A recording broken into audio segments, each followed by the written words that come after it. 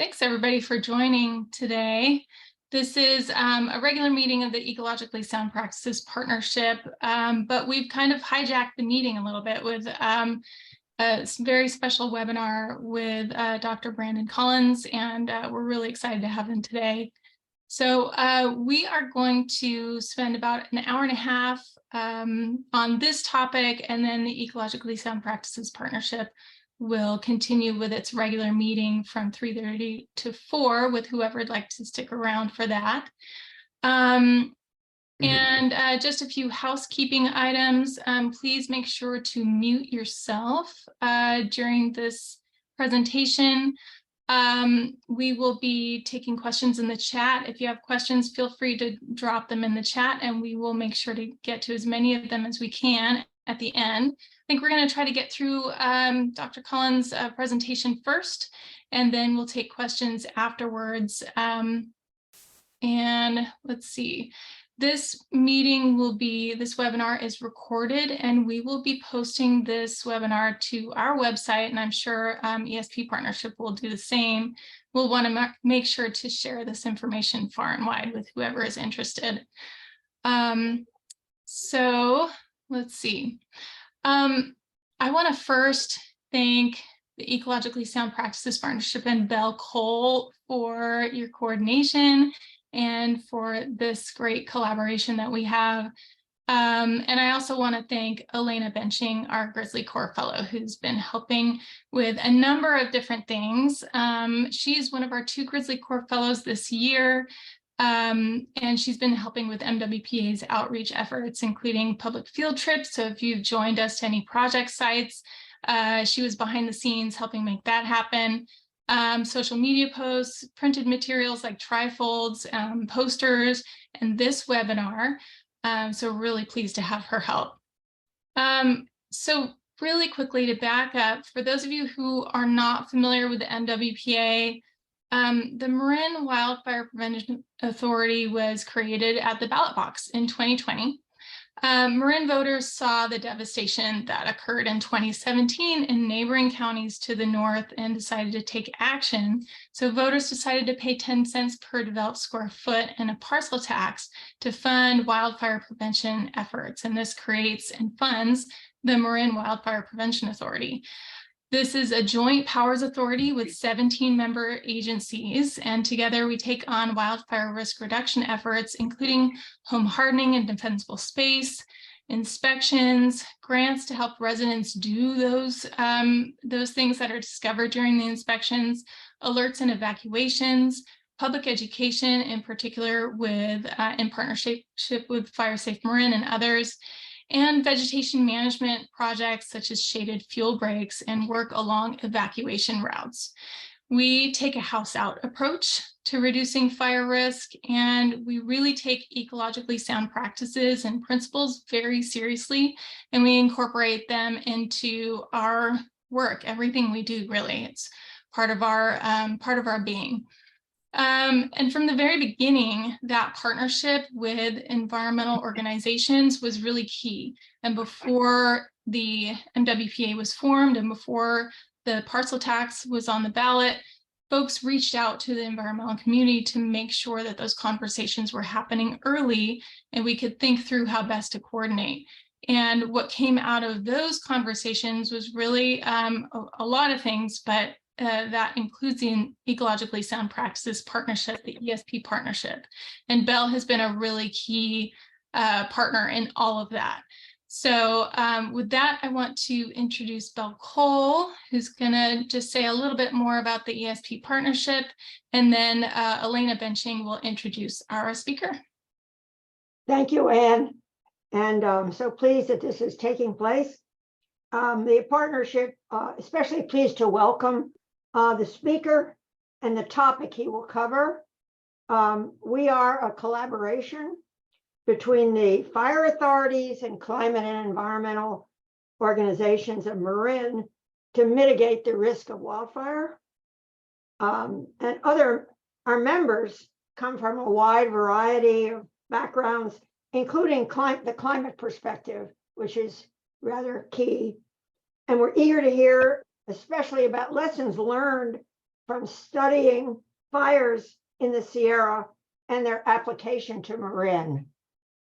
And we're also, as we talked earlier, interested in Brandon Collins' perspective on the applicability of SPLAT to Marin. So thank you, and I think we can turn it back to Elena for her introductions.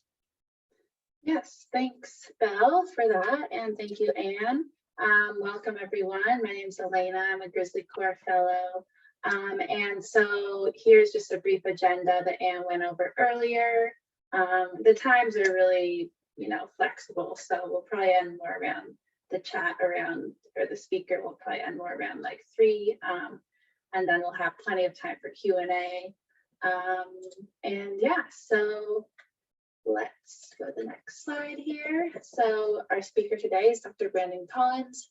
Brandon Collins is a research scientist in a partnership between U.S. Forest Service Pacific Southwest Research Station and UC Berkeley Center for Fire Research and Outreach. He is also an adjunct professor with UC Berkeley Department of Environmental Science, Policy and Management. Brandon has a bachelor's in science in forestry from UC Berkeley, an MS from Colorado State University, and a PhD from UC Berkeley. His research interests involve investigating effects of fire and fuels treatments on forests. Much of Brandon's research is intended to directly inform forest management, with particular emphasis on improving resilience to wildfire and drought. And then these are just a few of the names of some of his works. You can see there's one, where did it go, called Counteracting Wildfire Misinformation. I think he'll be touching on that a little bit today, but I think he'll be covering a lot of different of his projects. So, and then up in the right corner is the name of the lab that he is a part of. And so that's what I have. I'm going to stop sharing my screen and invite Dr. Collins to share his, and let us know if you have any issues with that. Okay, and then we'll get started. Thank you for having me. This is kind of fun. I one of the things that we've come to do a lot more of, with, like you mentioned, and with some of the fires in 2017 in Sonoma and Napa counties, is we've been able to engage people that are closer to home for us. Frankly, we've done so much of our work in the Sierras, and to that end we kind of reached the local communities there, and then some of the land management agencies, the Forest Service, CAL FIRE, and some of the private landowners up there. But we just haven't done that as much research and frankly outreach closer to home. And so it's been neat to have these opportunities. And although a lot of the research I'll be talking about is from the Sierras, we're starting to do more research closer to home, and I can talk about that at the very end if you're interested. But okay, so thanks for having me. And what I want to start with, this slide here is actually was taken just after the Dixie Fire in 2021. That was a pretty noteworthy fire. It was, close to 1 million acres up in the Plumas National Forest, but it also burned into the Lasta National Forest. And it was noteworthy for, for more than just its size, but the way that it grew was pretty remarkable. It just kept having these giant runs where we would see a run on a wildfire that might, be really big, on the tens of thousands of acres on a given day or two. This had tens of days with those. How are you? This had tens of All days right. with those giant runs. So I just joined another. Can you guys mute yourself, please? Thank you. anyway, so it was a very noteworthy fire. But what it also did was it was starting to do this reburning, which is burning another area that was burned fairly recently. And in particular, what we're looking at here is an area that initially burned in 2007. And then you're also looking at a divide between private industrial forest land, which is where all those small looking, Christmas tree looking what we call a plantation is, and then on national forest land, which is in the near ground with the dead, standing snags. And in fact, in that national forest land that we're looking at prior to 2007, this was a fairly productive California spotted owl protected activity center. That word actually, carries with it some very specific regulations. That protected activity center, it encompasses sort of a nest tree and then the best 300 acres of habitat around that particular nest tree. And this was, prior to 2007, it was a protected activity center, and then it burned in 2007, burned severely. Those trees were dead, and then it burned again in 2021 in the Dixie fire. So it just is an interesting contrast in these two very different management styles. One is the reforestation, almost, kind of like growing crop trees, and the other, is more kind of leaving, natural succession after fire up to its own devices. But I will get into that. We are not really, the types of fire we're seeing and the effects we're seeing are not really leading to a succession like these forests are adapted to. So anyway, just a lot to think about in the introductory slide, and we'll dive into a lot of these concepts.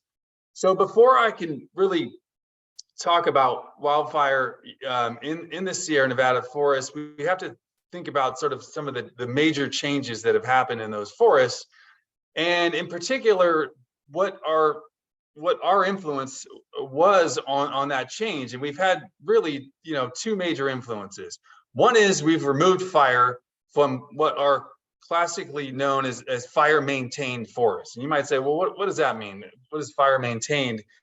And all it means is that these forests for thousands of years, and we have plenty of data to back it up, these forests burn fairly frequently, maybe on the order of 5, maybe as long as every 15 years, but they burned at a pretty regular interval, frequent interval.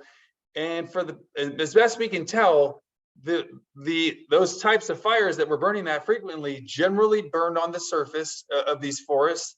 They kept forests, in a lower density sort of condition than they otherwise would have been had fire not been there. We know that, and we can talk about that in a bit. But beyond that, they also created quite a bit of heterogeneity. And you might say, well, why would we care about that?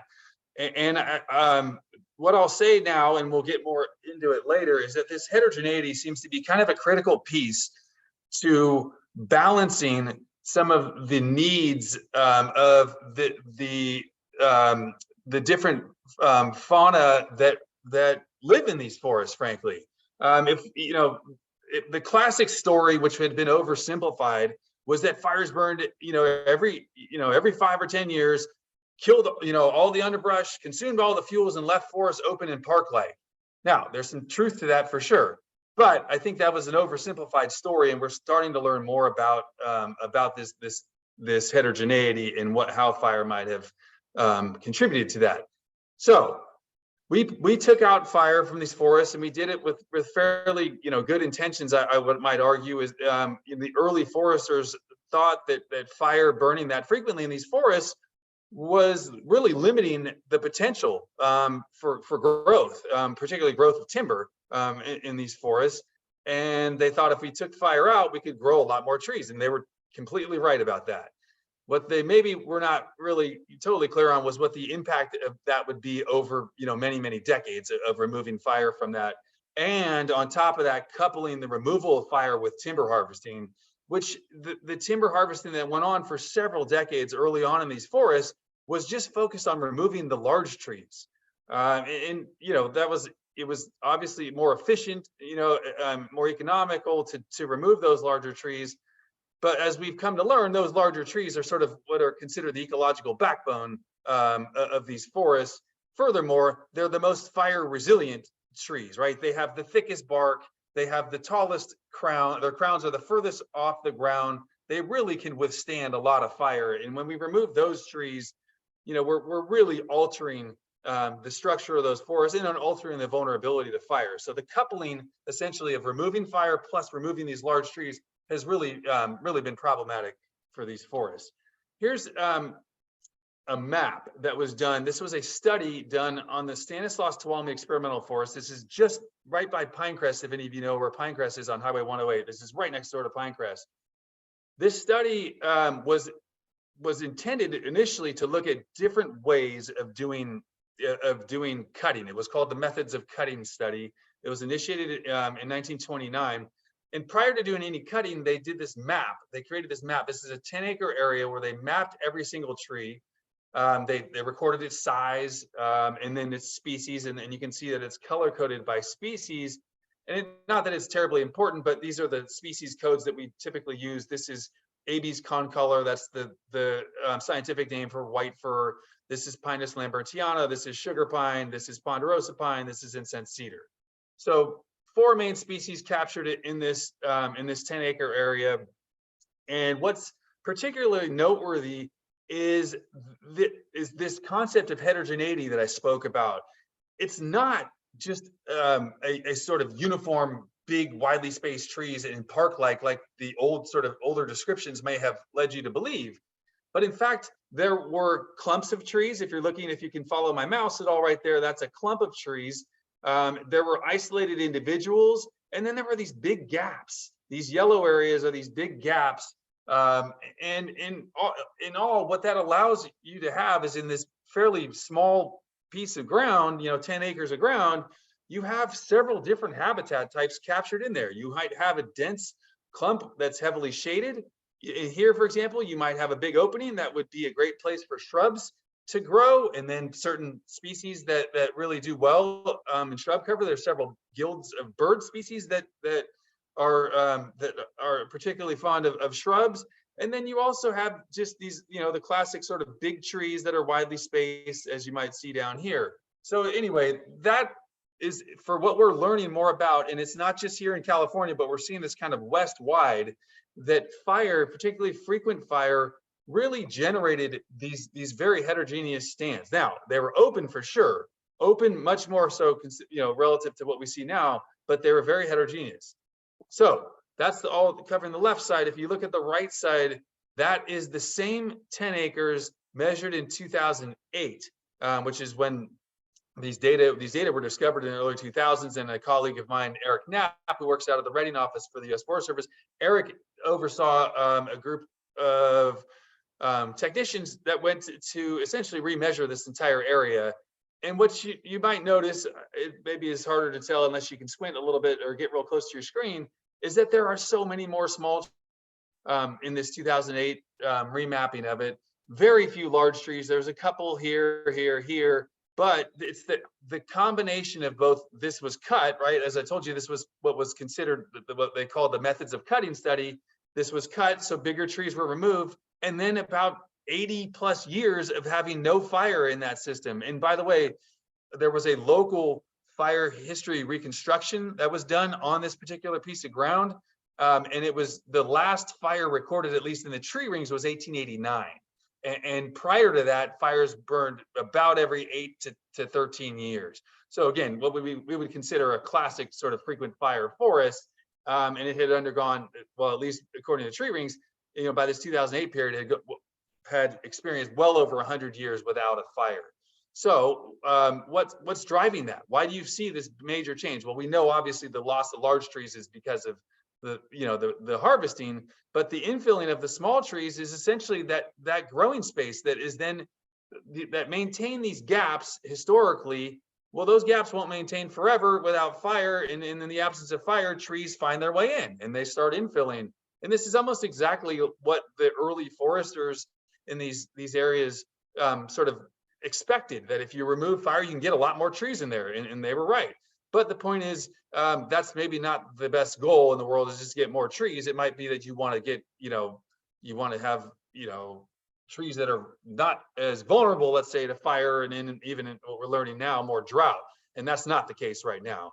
So massive change. This is one particular spot, but there are so many other studies we could point to. I didn't want to belabor the issue, but this type of change of major increases in small trees, loss of large trees from harvesting, that's ubiquitous across a lot of these different forests that were frequent fire historically.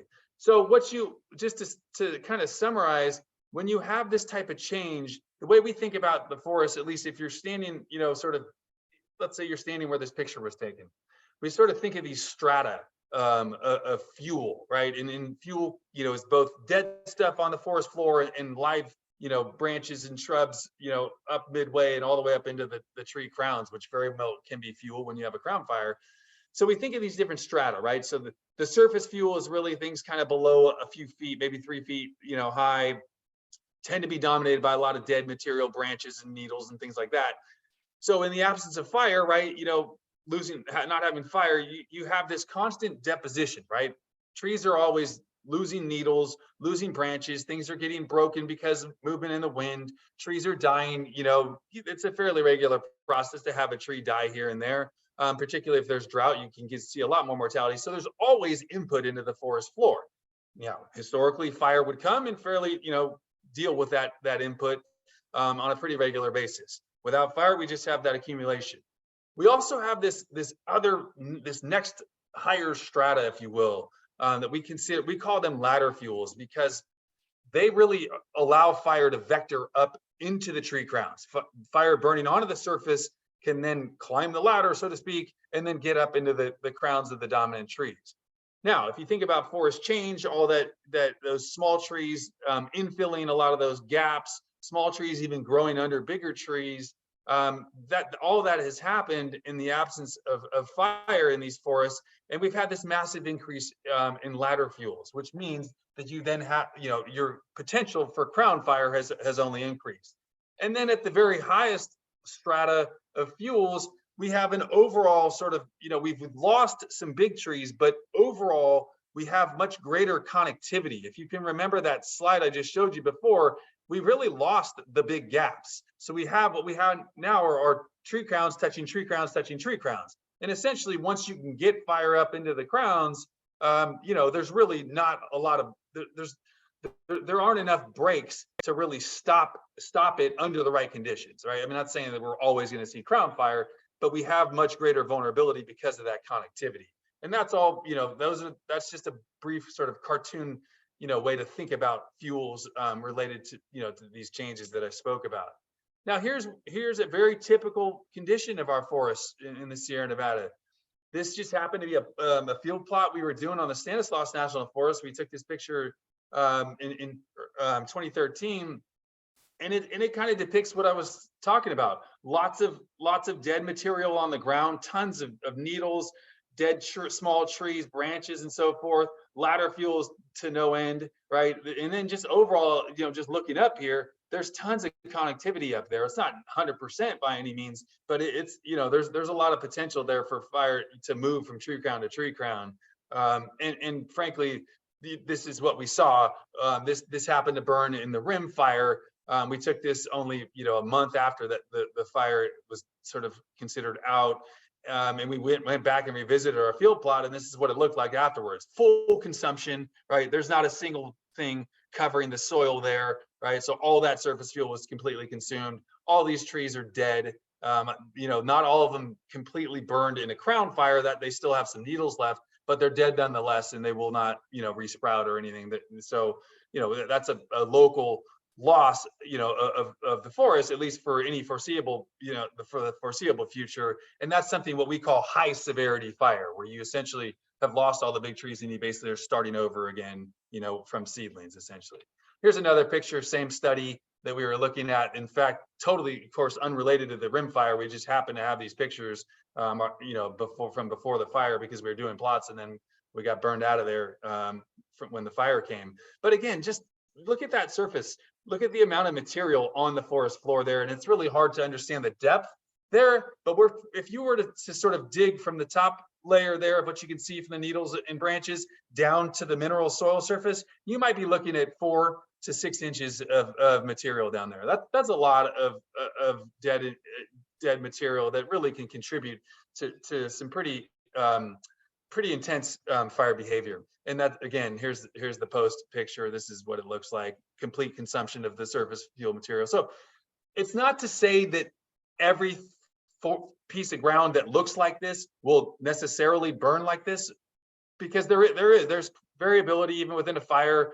there's variability from day to night, right? Like this probably burned at a pretty dry time in the day. Maybe it had a little bit of wind on it and it burned more severely. The same area could have burned at night and maybe it didn't have as much of the overstory mortality. So it's not a guarantee, but the problem is that the likelihood of getting these high severity effects has been increased significantly because of the removal of fire and then also some of our timber harvesting practices early on.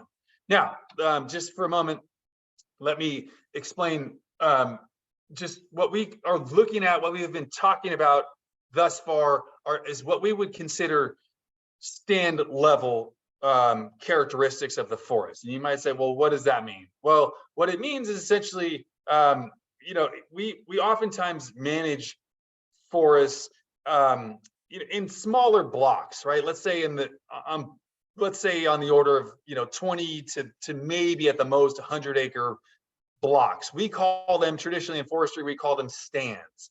Now, a lot of what I've been talking about is really just characterizing the changes at the stand level. But it's also important to think about this different level, the landscape level. And you might say, well, what is a landscape? Well, we don't have a great definition of it, but I think for a lot of planning purposes, the watershed, for example, a watershed might be considered a landscape level, analysis unit, for example, and that could vary on the order of, I don't know, I mean, depending on what order watersheds you're talking about, it could be, 10,000 to 30,000 acres or something like that. That's more of the landscape level piece that we're talking about. So I want to, if I may, try to impress upon you that these changes are not just occurring locally in that stand level, but they're happening at these bigger scales as well. And one of a study we did a few years back was to take advantage of this aerial photography that actually, as we've come to find out, it actually seems like it covers a lot of California wildlands from this era around the late 1930s to the early 1940s. And we found it actually, we just published a paper using some of the same imagery for Sonoma County, which unfortunately I didn't bring that information into this talk, but nonetheless, we could talk about it at the end. So this ability to then look at a much broader scale is to, it can shed light perhaps on some of the types of fire patterns we're seeing, because we're not just seeing, fires burning, where they're reacting to these 25-acre, 100-acre parcels or stands. They're burning tens and hundreds of thousands of acres, and so really it does require us to think about the landscape level. So let me walk you through this real quick. So we took that imagery from the 1940s and it covered a large area. We're about 200,000 acres, and this is in the northern Sierra Nevada, Plumas County. If any of you know around the area around Antelope Lake, that's the primary area that we had this imagery for. And what you might say, by the way, is you might say, well, the 1940s, we know that was maybe not the most natural time for these forests. We know that there was already timber harvesting going on, and certainly there was already some effects of fire suppression going on. And I agree. I'm not even going to pretend that 1941 is some great picture of naturalness in these forests. But what it is it's maybe an opportunity to look at early onset of some of the forest change, rather than what we're dealing with now, which is many, many decades into the process of forest change from fire removal. And furthermore, in this particular area, it did not appear that there was substantial timber harvesting that had gone on by 1941, because they hadn't built roads out to this area yet. There was some local stuff going on around private land, but at least into the national forest land, the major road building didn't come until after World War II in this particular area. So what we were able to do with that imagery, and again, this is black and white imagery, so it's not, you can't get great detail on species, and you're also, you're missing some of the ability to even get at some of the estimates of what density might be. So what we had to do was come up with these relative classes. Now, these are relative forest cover classes, and they're pretty broad. Sparse, meaning really open, almost like a woodland, right? Very few trees. low density class, we couldn't even really put a number on it.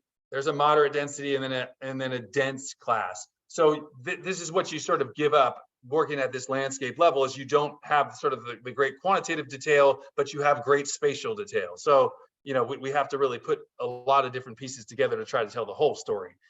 But what you might notice is that there's, even in 1941, you know, there still was, let's say, a third of this whole area was still considered dense forest. And if you had believed the story, you know, that I was telling before about forest, you know, about forest change and the removal of fire, really equal, you know, creating these dense forests, you might say, well, shoot, why would there be that, you know, why would there be so much dense forest historically? And I think, you know, the answer to that is, one, we think things are a lot more heterogeneous than maybe the story we initially, you know, been telling about fire removal. Two, the other piece here is that dense forests in 1941 does not necessarily equal dense forests in this case 2005, because we think that the dense forests, at least earlier on in 1941, were dominated by large trees, which is a very different phenomenon than dense forests dominated by medium trees, which is, you know, or medium-sized trees, which is what we tend to see today. So from a structural standpoint, if you were standing under them, they would look very different. From above, you know, from the way that you would see it from aerial photographs, they look kind of similar, but our sense is that they probably looked very different from the ground.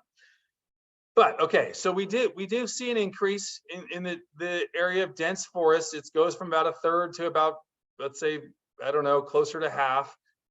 And that's what you're seeing on this map here. So the dense forests are these brown patches. See the brown patches here. This is, and the reason, by the way, we did 2005, and I'll show it in the next slide, is that there were a series of fires that affected this area in 2007, and we wanted to get the characterization of the forest condition prior to those fires. So whoops. All right. So I forgot to put these in there. So I had just a couple slides. This might be, you know, historically, this might be what would be considered that low density class. You know, this is the classic story of a frequent fire, open park-like forest stand. But at the same time, here's a more dense stand. And by the way, both of these photographs were taken in 1899. So this, you know, it's granted not great proof, but it is some proof that there were at least some dense forests that existed prior to a lot of our, you know, mucking up the forest with fire suppression and with harvesting. So both conditions existed historically, right? And we were able to map those conditions. Now, here's another way to think about it too. So not just the overall proportion of these brown or whatever the more dense classes, but the size of the patches of those dense forests. And that's where we really saw a pretty drastic increase here. So we use this metric called an area weighted mean patch size. The mechanics of it are probably not terribly interesting, but what they're supposed to capture is how connected the areas of a particular class are. And in this case, what has the biggest change is not in the proportion, the overall proportion of dense forest, but how big the patches of dense forests are. And you can kind of see that if you look right here, just below where this Antelope Lake label is, you can see this big patch of forest. There was some there, right? But it was broken up more, you know, into smaller patches. And it seems like now it's become one big blob, maybe a few little things in between, but the blobs have gotten bigger essentially. And I think that's something that's very noteworthy when you think about sort of the way fires have been burning in some of these forests, is that what they really seem to be doing is building up sort of momentum, if you will. They're not just responding to the local fuels, but they're to the whole fire environment. So if you can get these conditions under which you have, you know, crown fire and you have pretty, you know, really good energy release and good, you know, good consumption of the fuels, you can actually start to influence the fire environment by drawing in more air, which happens in a plume dominated condition, right? You have a plume that forms in a wildfire.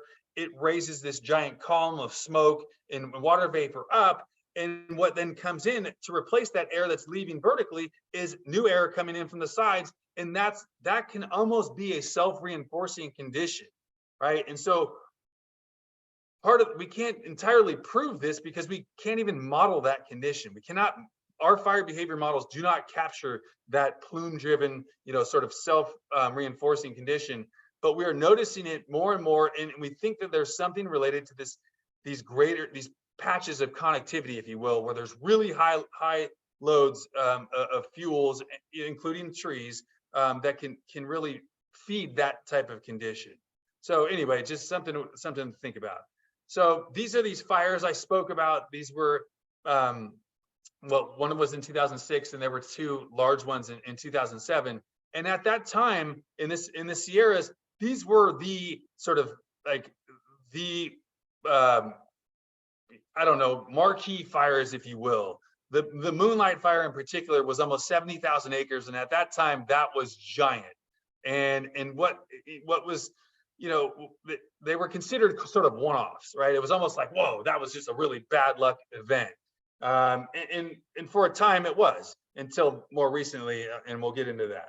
Here's what these fires look like. These are those same fires, the Moonlight Fire being off in this area, the Antelope Fire here, and the Boulder Fire here, and you can actually see them around. This is Antelope Lake, if any of you know this area in the northern Sierra Nevada.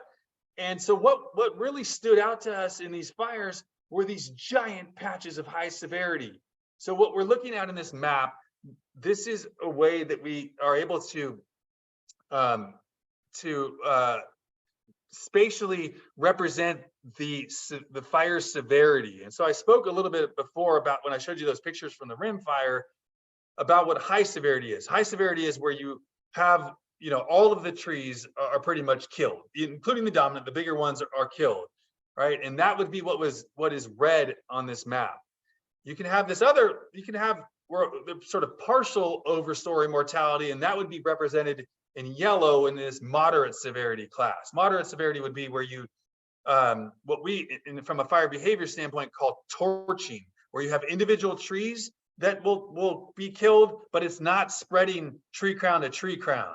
And so you will have trees get skipped. So you'll have some live trees and some dead trees. That's the yellow. And then you'll have low severity, where essentially none of the overstory trees are killed, and you're really just seeing surface fire that's, burning, it's consuming surface fuels, but not killing anything in the overstory.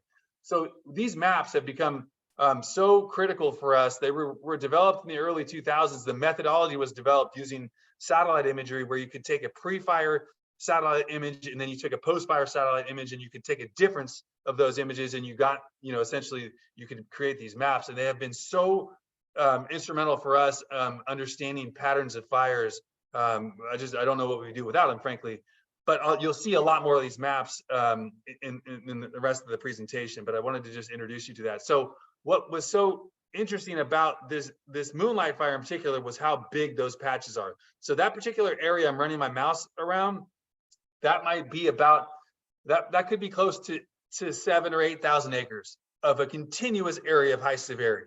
So you don't have a single live tree in that whole area surviving, and that's a big problem in our forests. All right, these forests are not adapted to that type of fire, meaning our trees don't have the ability to regenerate following that type of fire. What they need to regenerate is seed coming from live neighboring trees. Well, if you have a big 7,000 or 8,000 acre patch, there's no neighbors, right? When you get out in the middle of that patch, there's no one near. So there's no way tree seed's going to get in there unless we intervene and plant, which, it happens. But frankly, at the rate right now that we're losing forest to high severity fire, there's no way we're keeping up, frankly, at reforestation. So what that did, at that same time that those fires were happening, we were sort of on a campaign of trying to do more fuel treatments, right? If any of you followed this at all, there was what was called the Sierra Nevada Framework. That was supposed to be this giant planning document that the Forest Service did, saying, what their strategy was going to be for reducing, the likelihood of high severity fire. And this is in the early 2000s. The framework was revised in early 2004 to allow for, essentially more application of these types of fuel reduction treatments. But the pushback at that time was, well, hey, you're just using this term field treatment as a guise for really doing more timber harvesting. And you know, it's been a constant argument, frankly, that has, you know, maybe more recently, I think it's getting, you know, more understood that these types of fuel treatments are quite distinct from timber harvesting, and there are plenty of regulations in place to make it so. But you know, we struggled with that for a long time, and so there's just the notion of doing essentially logging, but logging with the intent of fuel reduction just wasn't totally accepted early on. And so that's, you know, there was a lot of pushback to this mechanical thinning. And so a lot more people wanted to see prescribed fire, right? Which is a very effective fuel reduction treatment. But the problem is prescribed fire is difficult to implement, frankly. It is, you know, we have oftentimes we don't have the correct, what we call the prescription to do the burning. We might, you know, in some areas you might have maybe, let's say 10 to 20 days in a given year that fall under in prescription, where you have, you know, and you have low enough fuel moistures where you can carry fire, but not so low that you're going to, you know, sort of have a risk of escape. And similarly, you know, you can't burn it, you know, in the middle of winter when you have completely wet conditions. So it has been a struggle to be able to do prescribed fire at a scale that is meaningful. We're trying like heck, but it's proven itself to be very difficult, frankly. But nonetheless, it is absolutely critical, a critical piece to what we do from a fuel reduction standpoint. Okay, so here's an example. This is from our research forest of an area that has been both thinned mechanically and then burned with prescribed fire following the thinning. And I don't have a pre-picture. I could have done that as well, but if you can imagine, it sort of looked like some of those pictures, the pre-fire pictures I showed you of the rim fire, with tons of fuel on the ground, lots of stuff in that mid-story, and then, you know, pretty interconnected crowns in the upper story, but in the overstory. But what you see after doing that kind of treatment is very little surface fuel, right? You probably can't tell the depth here, but here, if you're looking at the depth down the mineral soil, it's like half an inch. All you're seeing there are just basically needles, but not a lot of woody material. Ladder fuels are essentially non-existent. That's because we did so much removal of the ladder fuels with mechanical equipment. And then there was the thinning of even the larger trees to make sure there was discontinuity in the crowns. So this is what a fuel treatment, you know, what a very classic fuel treatment would look like. But the problem being that if you did this everywhere, one, you have no heterogeneity, right? And that's bad for many reasons. But of particular interest has the spotted owl has been something that has been at the forefront of sort of countering this type of approach, right? That what we're looking at in that picture is probably pretty terrible spotted owl habitat. Spotted owls tend to be in areas where there are, one, large trees, two, multi-storied crowns, right? Essentially what we would call ladder fuels, you know, at the right scale is something that is kind of preferred by spotted owls. And then furthermore, just I think what we're lacking here is some separation, if you will, among tree sizes, right? Every one of these trees that are left are kind of the same size. They're big. These might be, you know, 90-foot tall, 100-foot tall trees, but really we don't have that variety, right? And I think to a certain extent that variety is kind of an important component for spotted owl habitat. So as you can imagine, you know, it's you know, that this fuel reduction piece has been at odds with, you know, with owl habitat, and it's been that way for a couple of decades now. So what this is, as Belle mentioned, this is this notion of splats. So what is a splat? It's such a silly word. I hate using it, but it's existed in planning documents now since early 2000s. So it kind of, we didn't make it up. But the idea there is strategically placed treatments that can disrupt fire behavior across a landscape. And in the modeling world, the splats were first introduced by Mark Finney in this paper in 2001.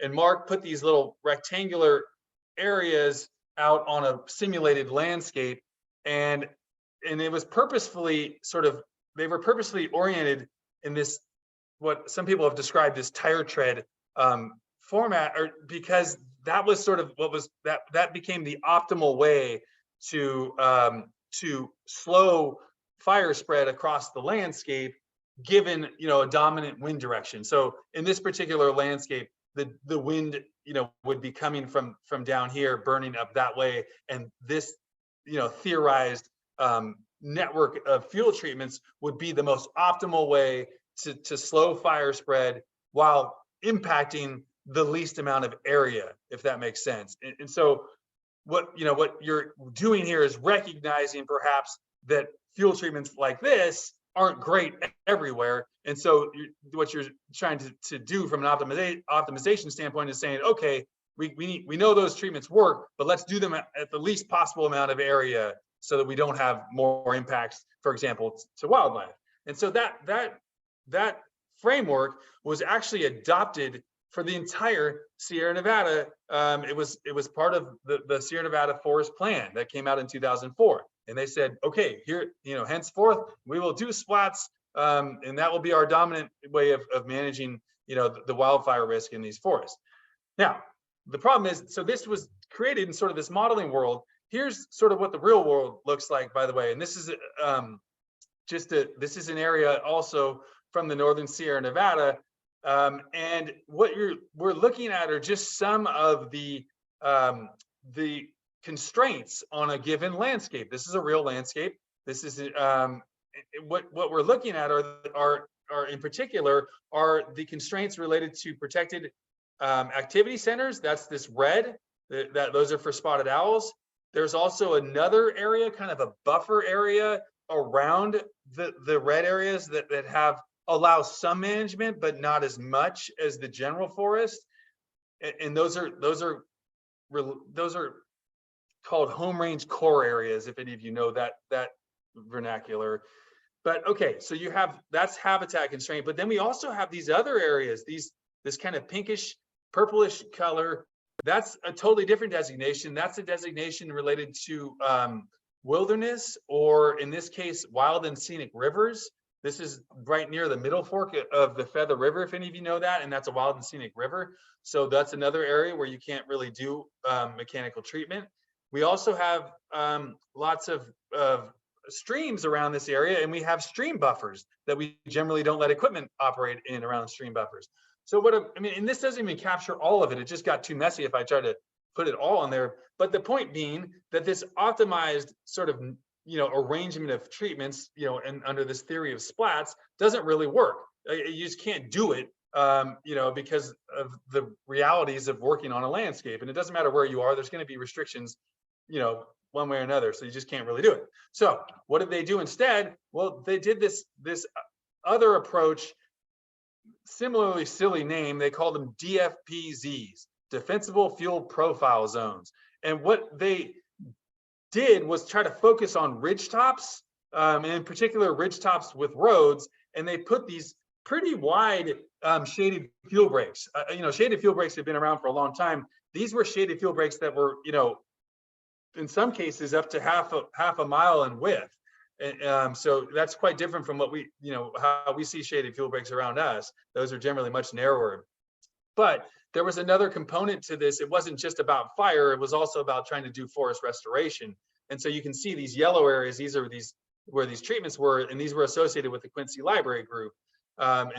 So what they did was sort of weave these fuel treatments, these fuel and restoration treatments, in between, some of those protected areas for habitat. And that's more of the reality of what we see on these, on our landscapes. So we did some modeling to look at the effectiveness of that particular strategy. And here's what it kind of looks like. I don't really want to get into the details of the modeling itself, but the point being, we are looking at sort of the potential for hazardous fire, if you will. Think about it as maybe a metric, a surrogate for crown fire potential. So on the left is the untreated condition. On the right is the condition with the treatments in it. And it appears that even though they didn't do this optimal sort of arrangement, based on what splats would tell you, that the network of fuel treatments they did actually totally worked and to reduce hazard across the landscape. And the reason for that is that there is kind of this idea that you can have by putting these breaks in, and particularly having wide breaks that are up to this half mile like I was talking about, you can actually slow fire spread, reduce flame lengths to the point where even on the back end outside of the treatments, the downstream effect is still one that you still have reduced severity because the fire has not been able to sort of build momentum, if you can think of it that way.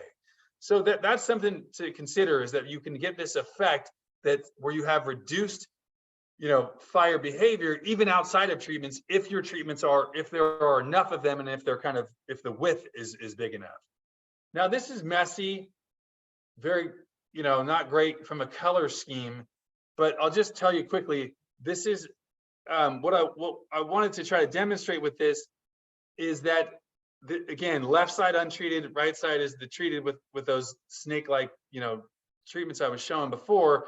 And what you're seeing here in this purplish area, those are the protected activity centers, the California spotted owl habitat.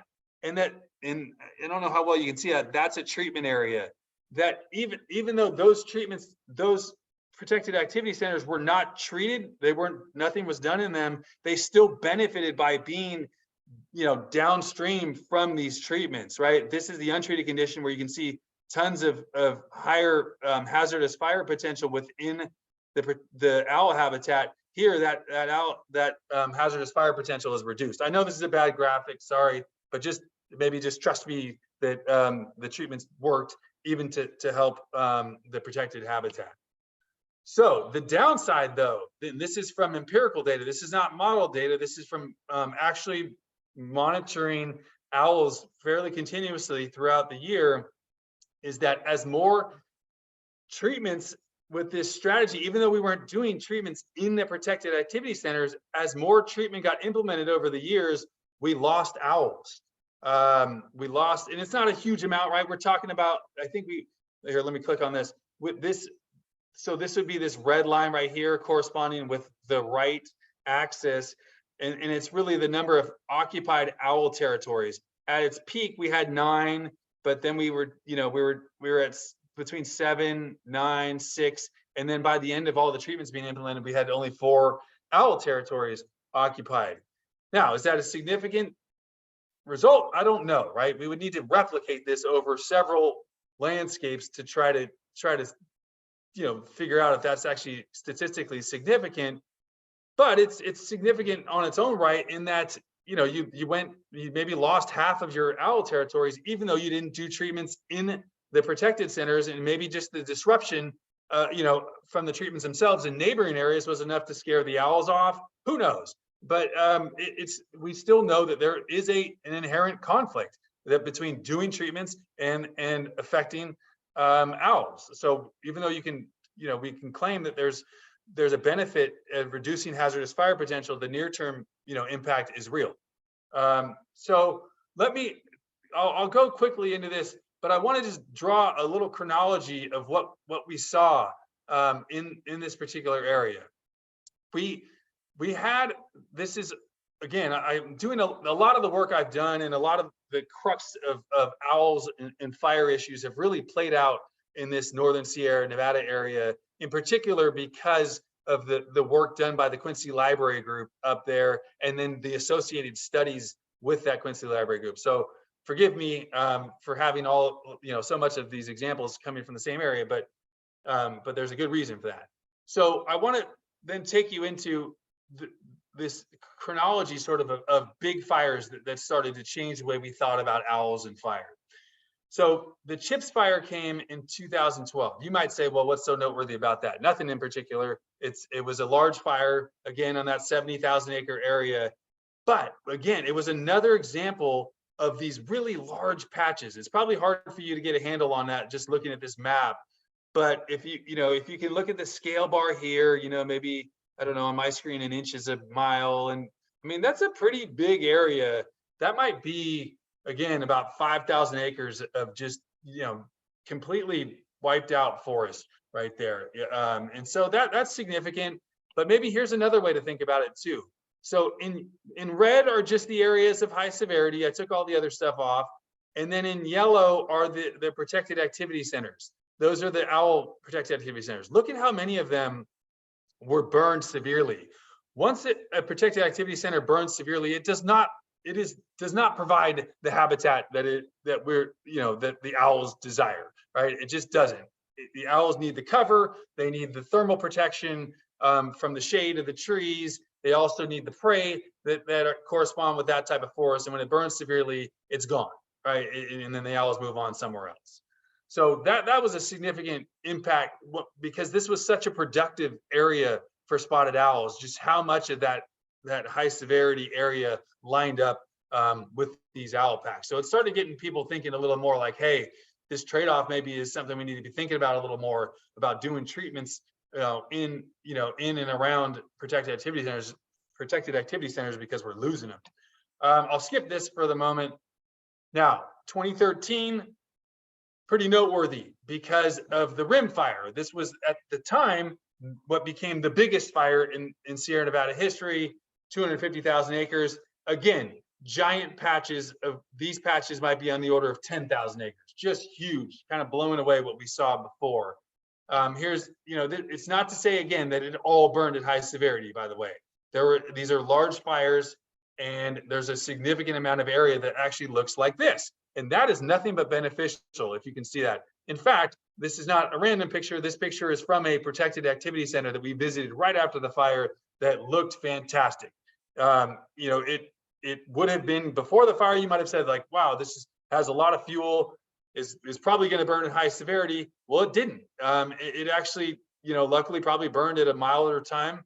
And the fire did nothing but good. And I would imagine that owls, were able to return to that site.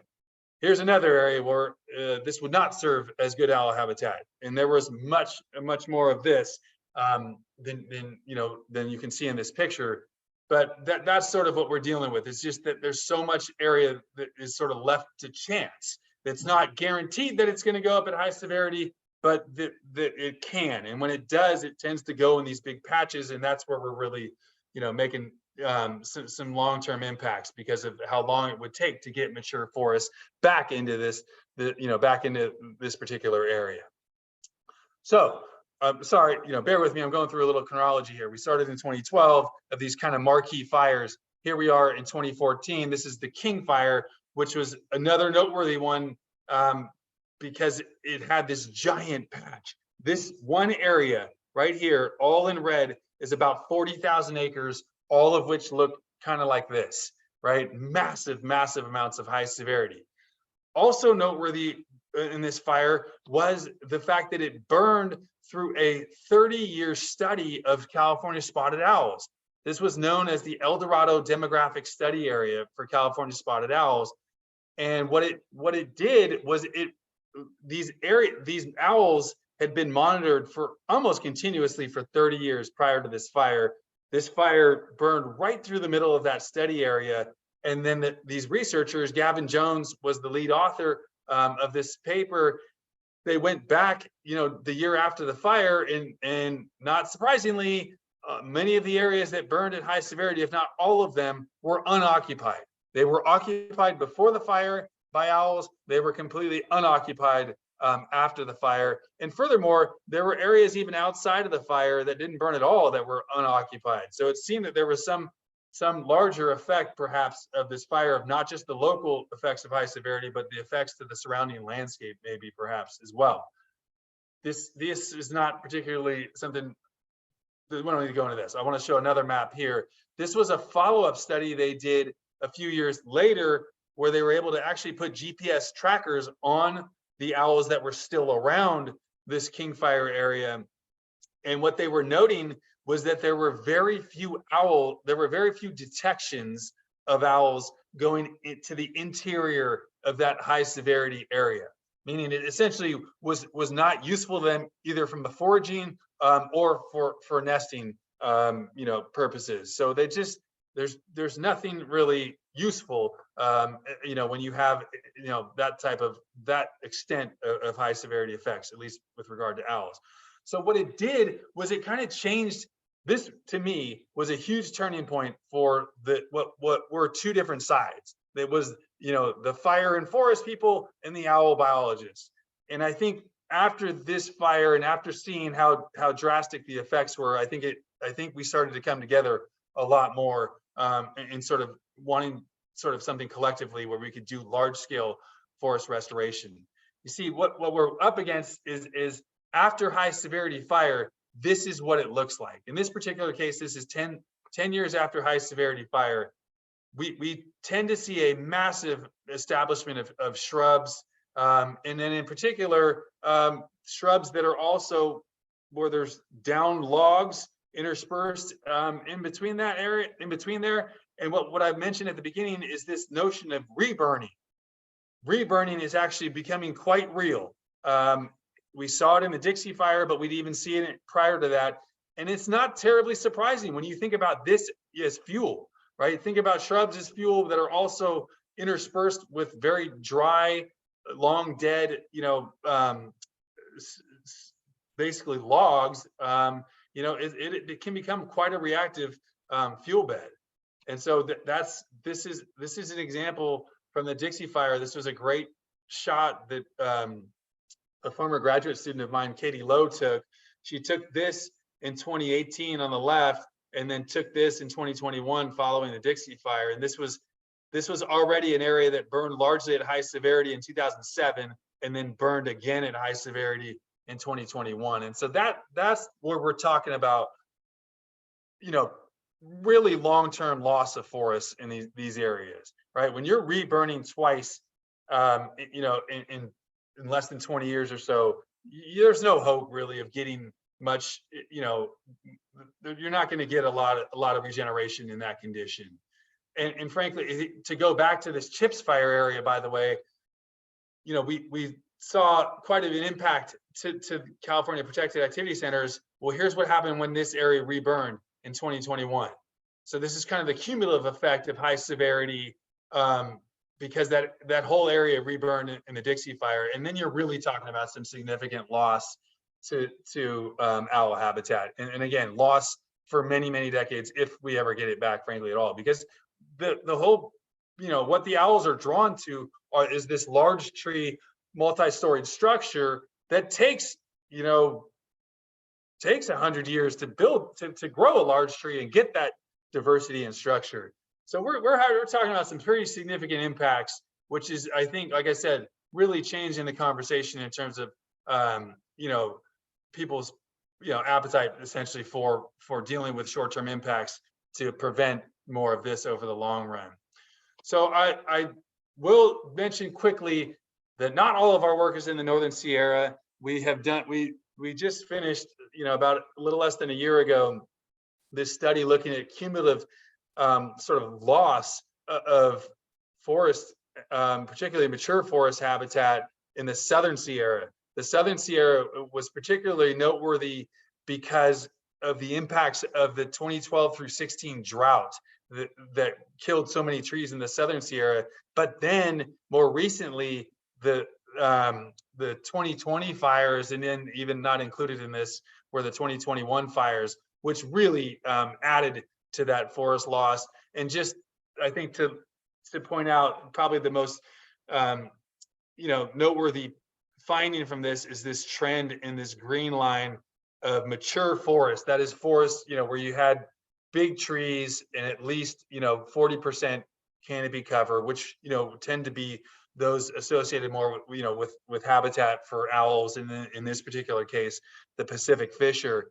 But man, the loss of mature forest habitat in that Southern Sierra landscape has been significant from drought and wildfire. And it's too bad, that it takes us, essentially to, catastrophe, essentially, to start to want to change something. So Anyway, let me skip to this, and I want to wrap things up kind of quickly so we can have time for questions. But I just a couple take-home points. You know, we know historical forests were generally much lower density than what we see today. I think this variability piece is key. It's something that we need to sort of embrace as we, you know, start doing forest restoration treatments at a larger scale, is to intentionally try to vary those treatments.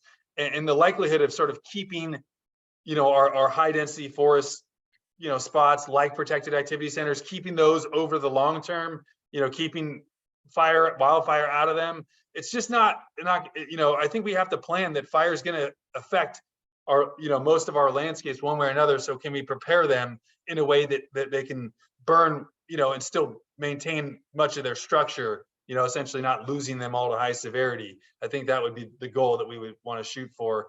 And I also want to push back a little bit. I mean, just from our experiences in the Sierras, I'm not convinced that splats are the answer, frankly. I think it's a starting point.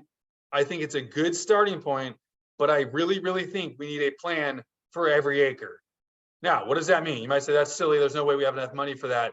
Well, what I would mean is that we need to have some way to reduce fuels or manage vegetation on every acre. It could be with prescribed fire. It could be with goats. It could be with mechanical equipment.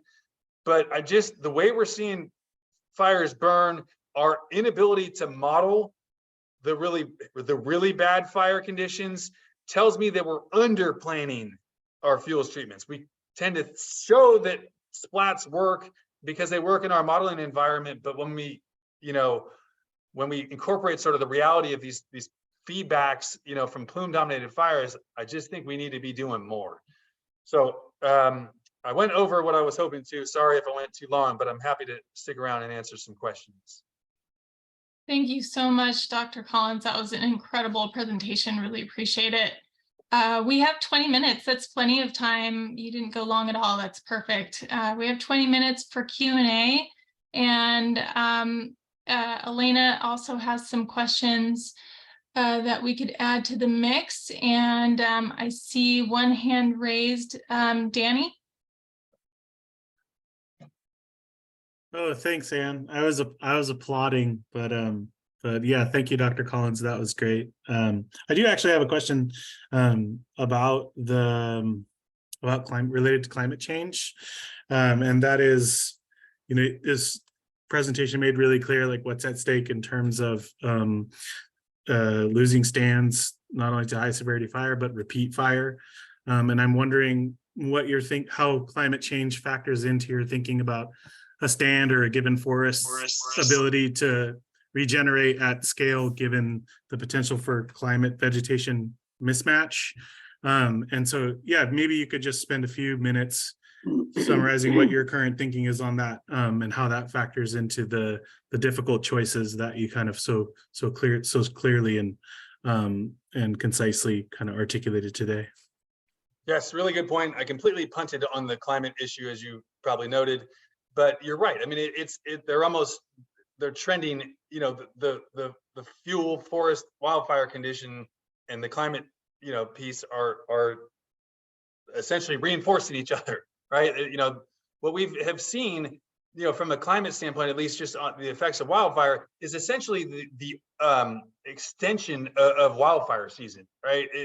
You know, we have, if you think about fire from a probabilistic standpoint, you know, we used to think that the probability of fire hitting any one particular spot, you know, at least in the Sierras, we did some analyses way back, you know, in the early 2000s, and that was, you know, it was like a 1% chance that fire might hit any particular spot in a given year. And I think just given what we're seeing climate-wise, that has probably increased to probably 3 or 4% chance, just given the amount of fire we've been seeing lately. And I think that's really heavily driven, you know, by climate opening up the opportunity for fires to get big fast, which means our suppression, you know, our suppression resources are not able to jump on these fires or get them quickly like they used to. So yes, so that's the one side of what you're talking about. The other side you were saying though was about even the potential to reestablish forests in these areas, and that is something of concern what I would say though now is what we're seeing there. We're seeing this in some of these landscapes. Like what I showed in that very first picture was a contrast between private industrial forest land and the Forest Service. Private industrial forest land went in and planted, and they do various vegetation, management, including herbicide spraying, to try to make sure their planted seedlings survive. And what we're seeing is actually not really reduced survival. So if you get out there and plant trees, they're surviving. Now, that doesn't mean that's not necessarily a natural condition, right? That's not trees regenerating themselves and surviving. That's us putting trees into the ground that were started in a greenhouse. So I don't know. My guess is we still need to be doing reforestation. I think we should be as much as we can. And even at that, we can't even keep up with what we're losing. So yes, there should be a triage approach, meaning like, hey, those marginal areas, thinner soils, drier sites, yeah, maybe we don't put those first on our list for reforestation. Let's go to the more likely to be successful areas first. But I'm not totally willing to give up on the idea that we can still reestablish forests. I know there's been some of that climate envelope modeling that would suggest that these areas are going to shift. But I just think that, man, we kind of created a condition, fuel wise, from removing fire and from some of our timber harvesting practices that put these forests at risk to loss. Then we lost them. And now we're going to say, oh, well, shoot, it wasn't going to work with climate anyway, so they're gone. Well, that's kind of losing accountability. We started the crap, and we got to try to fix it a little bit. So sorry, I don't know if that totally answers your question, but. Thank you. Thank you so much. Barbara. Thanks for the presentation. I have two questions related to spotted owls. One is, did you have any part of your study that looked at the areas where the understory was removed but not by fire? Because that's certainly impacting spotted owl habitat. I don't know where, at least for the prey species in our neighborhood, I don't know what they eat in the Sierras, but they're primarily dusky-footed wood rats here, and they need some cover, and their habitats are on the ground. And then my other question is related to the different types of habitats, because your climate there is more dry. Our preferred habitat, or at least the owls that live here, live mostly in the redwood trees, and of course that's a more moist habitat. So I don't know that the lessons learned from the Sierras are necessarily applicable, at least completely, here. I agree with that 100%. We just have a large lack of work, and it's going to take maybe 10 or more years to build up some research in our in these areas that you're speaking of, to actually make some real recommendations. But I would say that the one thing I would suggest is that what you can take away is not the specifics about the habitat manipulation and the direct effects, but the broader trend of not maybe wanting to wait to see a bunch of loss of habitat until to start to be willing to incur these shorter term impacts, right? I think even from what was said earlier, your neighboring counties have burned, right, and burned a lot. And I don't think you probably want to wait until Marin burns a lot and then say, oh, we should have done more, because at that point you're not going to get that habitat back anytime soon. And so my suggestion is not, and again, you probably want to be dealing with more of an owl biologist on the specifics, but my suggestion at least is to be a little more willing to take those short-term impacts with the expectation that you will see significant fire in Marin County at some point in the next 20 years. You don't see a difference in the kind of fires. I'm not sure if it was redwoods that burned in Sonoma. I do. Well, there were redwood areas that burned for sure in Okay. Sonoma. Absolutely. Annandale burned, redwood areas, and there were others as well. Yeah, well, the other thing that saves us here is a lot of our owls are around houses. So everybody's That's busy protecting the houses, but That's a scary proposition that you would rely on the houses for protection, because sometimes, well, anyway, no, I know. Okay, thank you. Thanks so much, Barbara. Nona? Yeah, actually, my question is very much similar to Barbara's first question, and that is the ground story. Because I think as you talk about spotted owl habitat, you need to talk at the same time about prey habitat, obviously, as Barbara pointed out.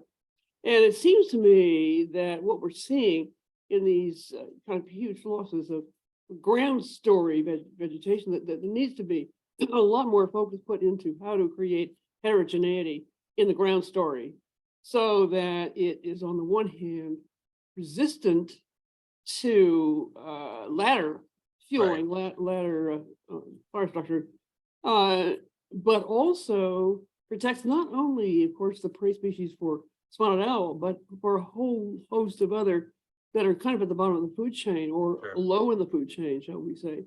And I don't know how that can do. It's like taking your eyes off the trees for a moment right. and saying, what are the species?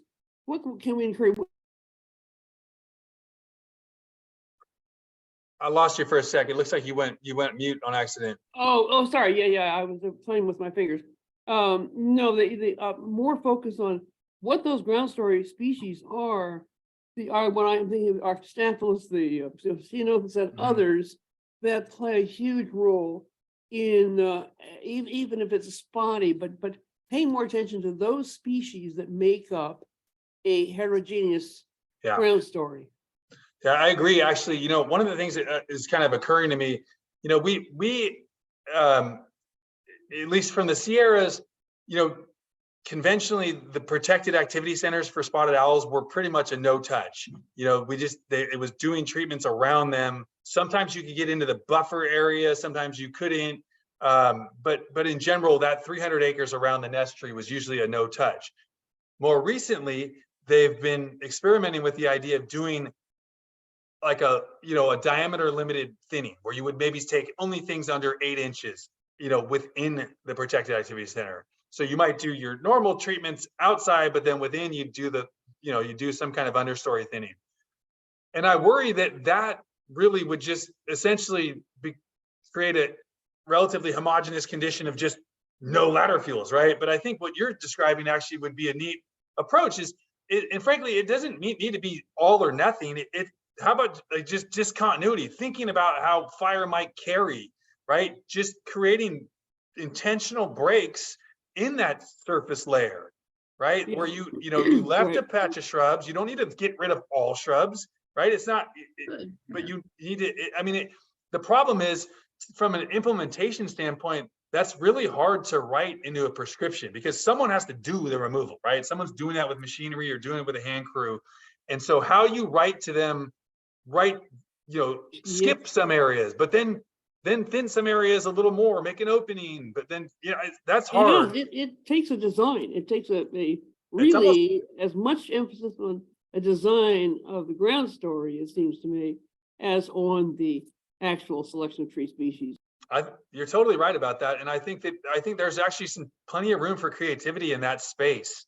And thinking about it more, not from just, we need to reduce all fuels, but think about it instead from a discontinuity standpoint. Create discontinuities. What that scale is. Heterogeneity, as you point out, heterogeneity.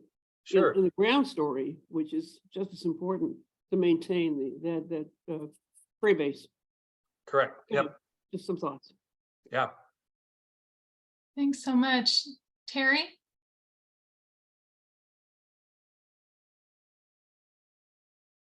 Thank you, Dr. Collins. That was a really excellent talk. It's a kind of perfect that I followed the other two questions, because I wanted to also talk about heterogeneity, but a little bit differently. So I also went to forestry camp in Meadow Valley, and Oh my gosh. was very used to Quincy. Yes, go Bruce, go Mike Swayze. And my postgraduate work was in mixed conifer forest in prescribed fire. So I'm very familiar with the centuries-old research going on in the Sierra and Northern mixed conifer forest with sugar pines and yellow pines. And there's so much we can say about that and so many historic photos.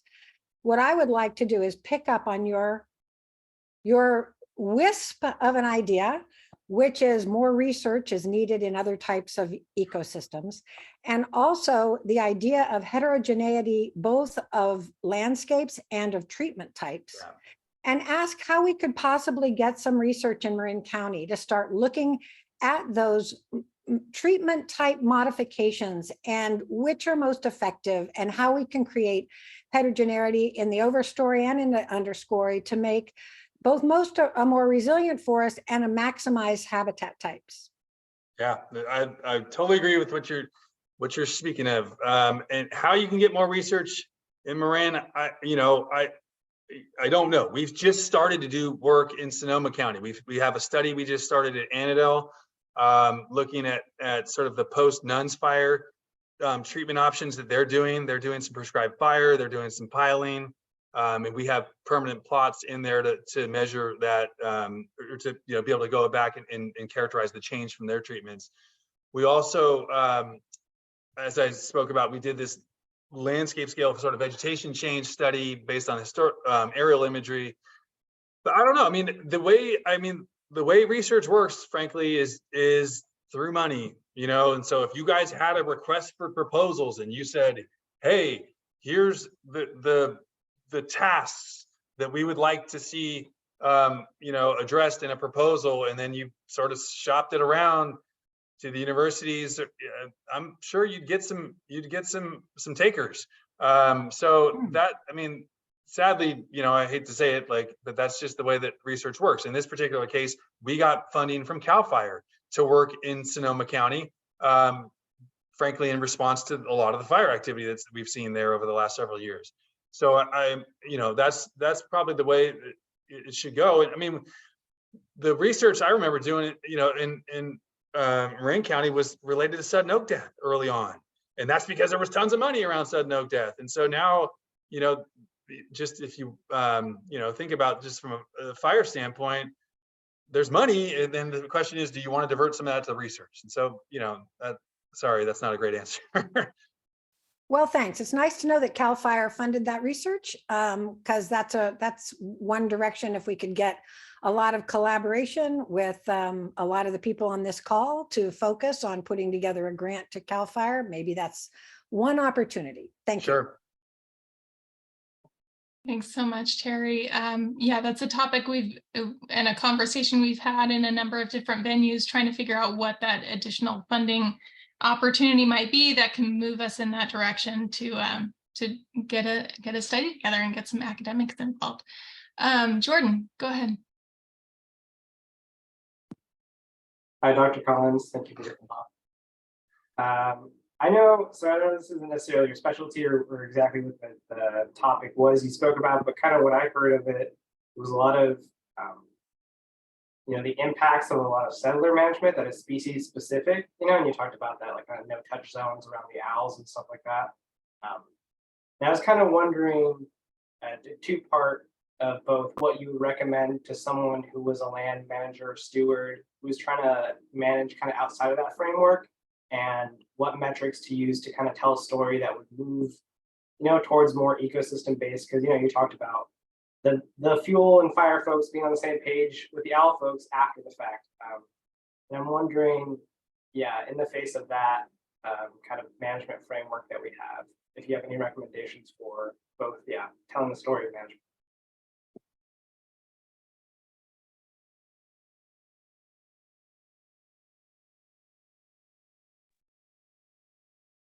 Dr. Collins, you're muted there.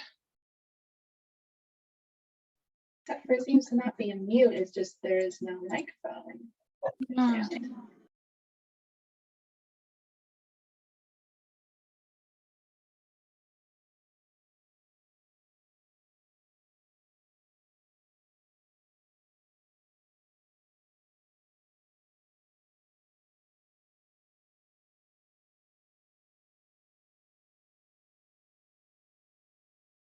Is that any different? Hmm. Weird. You're Okay, so back. I just had to mute myself, then unmute myself. That's weird. Okay, so that's such a difficult question, Jordan. Yeah, I don't have a great answer, as you probably imagine. But one thing I'm seeing that's fairly promising right now, and has a lot of traction statewide, is sort of engaging some of the indigenous stewardship concepts, right? And oftentimes a lot of that is related to using prescribed fire, but also it's tied to sort of with specific goals in mind that come from indigenous stewardship. And I think that there's a lot of momentum there, for good reasons. Part of the thing that we've struggled with, and this is this goes back for even before my time involved in this work, is just the idea that, like I mentioned earlier, that fuel treatments were just sort of a Trojan horse, so to speak, for logging. And I think that's one of the cool things about the indigenous stewardship approach, is that you really can't argue that there's like ulterior motives for that are commercial or something like that. So to me, I think there's a lot, people are willing to get on board with that approach more so the traditional, like, we need to reduce fuels because we're going to have crown fire. So I know that's not a great answer to your question, but your question is probably the big one. It is the question of how to go forward. And the other thing I would say, frankly, too, is rather than having the greatest plan, that is, in terms of how you're going to go about doing treatments across the landscape, I really think that we need to embrace this adaptive management approach. Just learn from doing, right? Like, I'd rather make the mistake right now of doing more than was needed and dial it back with empirical data than the other way, that what we learned from the Sierras is we didn't do enough and we're losing massive amounts of forest. So I would just recommend go forward with the manipulation and a strong monitoring approach that feeds back into the next cycle of treatments, rather than, again, having that perfect plan to go forward with. Thank you for that. It's 3:30, and I want to squeeze in David Long's question because he's been waiting patiently before we finish up, if that's okay with everyone. Okay, a couple comments that have questions in it. My impression is that the fire intervals in the Sierras that were part of the research are much shorter than some of the coastal fire intervals, and seems to me that would lead coastal forests to naturally have greater understory than Sierra forest. The second is that it seems to me, in terms of any research about the effect of duff and brush on the ground, you'd have to take into account the issue of composting. There's a lot of, where you have a more moist forest, you have a lot of natural composting that goes on. So the notion that 100 years of wood is accumulating on the forest floor is probably not accurate, because after a certain period of time, that virtually all gets composted. Sorry, did you have more? No, that was it. Okay, you're right. It's not as though there is not a mechanism through decomposition that is sort of dealing with fuels. The point is that the rate of decomposition is not keeping up with the rate of accumulation. And so, in the absence of fire in the Sierras, for example, there is a major increase in surface fuels, including duff.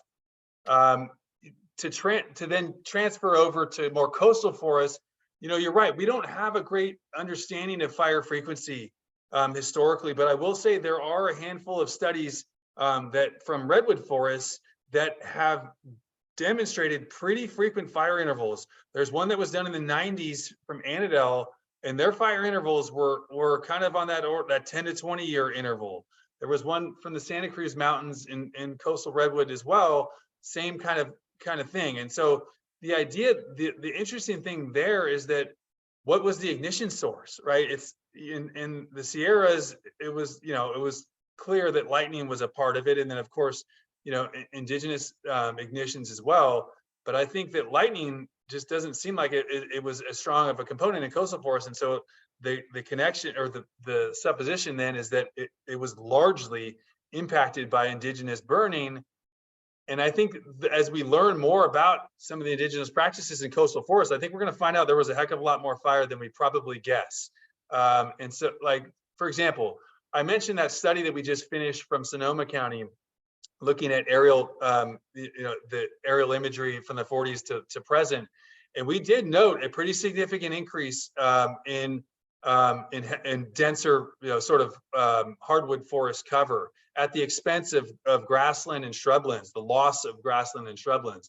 So it shows, at least over that 60-year period of time, that there is some parallel, if you will, between the Sierran sort of model, if you will, of change over time and the more coastal model.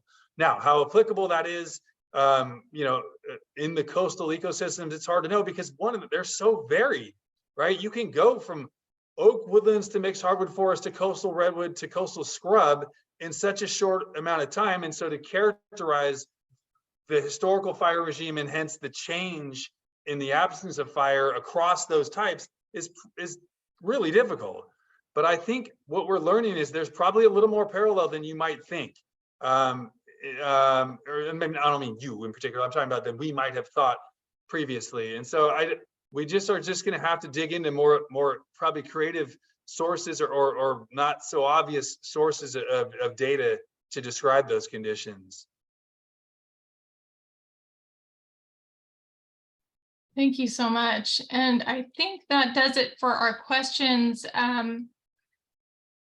Belle or Elena, let me know if there's anything you'd like to say here, but I would like to thank our speaker, Dr. Collins, for joining us today. One look at his webpage and you'll see how busy he is.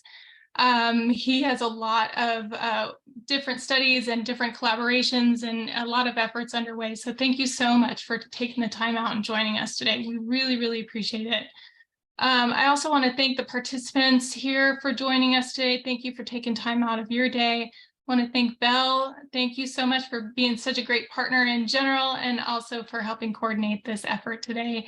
And Elena, our Grizzly Corps Fellow, thanks for helping coordinate this. I think one of the takeaways for me from today includes kind of the need to recognize the complexity of the work that we're all doing together. And this is incredibly complicated stuff. And we're so grateful for folks who are digging into the science and the data to help drive decisions as we move forward and make and design projects and put dollars here and there around the county at our scale. And I think we also need to recognize the urgency of this work with climate change, with increasing size of high severity wildfire with real ecological consequences. I think it's really important to consider that, and then also consider the long-term resilience, the need to consider long-term resilience.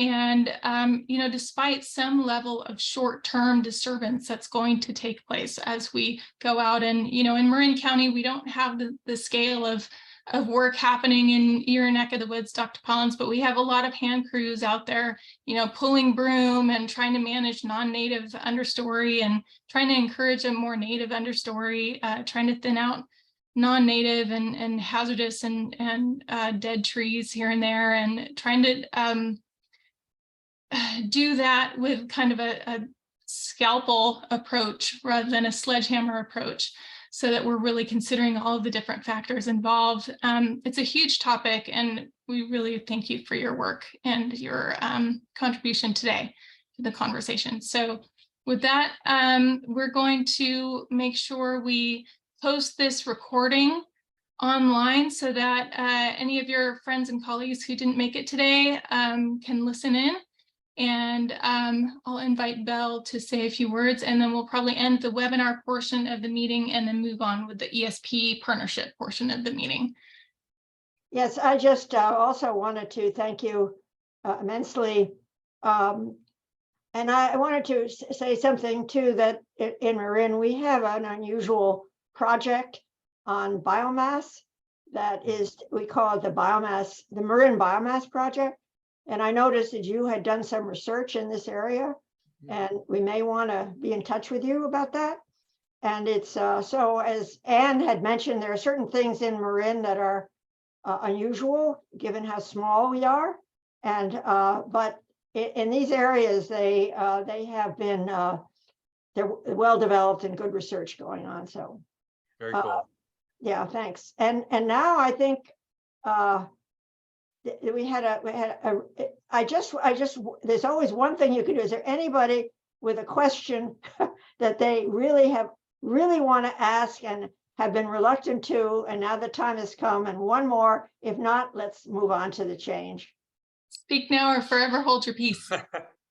I had a quick question. I was wondering if he might, if Brandon, you wouldn't mind briefly addressing the difficulty in getting baseline data. For instance, you brought up the 1929 to 2008, and you said the last fire was in 1889, which makes it 40 years before we even take your baseline data slide that you're saying we have a lot of heterogeneity. Isn't it possible that in the absence of fire for 40 years, its heterogeneity is being overrepresented? It's just a thought I had. How are you assembling baseline data that you feel really secure in? You're totally right about that. And if you were to just buy that one study, that would be my criticism as well, is look, that's, first of all, a postage stamp, in terms of what it's representing or what it's supposed to represent for the larger Sierra Nevada, forest. But when you see enough consistency across, very disparate data types, which by the way, I did not show a bunch of different data types, but we've seen it from tree ring reconstructions, we've seen it from other types of timber surveys, and then we've seen it from those archived data from old scientific studies. I think when you see enough of it pointing in the same direction, you can feel pretty strongly about it. And that's where we are pretty much with regard to the mixed conifer forests, heterogeneity, and sort of the story of fire removal. We are not there, however, with regard to coastal forests, because we don't have the baseline data. And so we're really just piecing together. We're starting to try to tell a story. I frankly think we're never going to get there, because we will not have those. We won't have, like, the reason we have some of the old data that we have is because of the commercial interest in timber harvesting. These were records collected before timber harvesting. I don't think we're going to have that, that interest represented in more coastal systems. But nonetheless, I think we can still try to piece together a story. And then the bigger piece, like I was saying, is learn by doing, right? Learn from making a mistake and not doing that same thing again. Yeah. Well, thank you so much, everyone. I think we'll end the webinar portion of this meeting and then proceed with the ESP partnership meeting. Thanks, Okay, Dr. bye. Thanks Paul. for having me. Thanks a lot, Brandon. Yeah.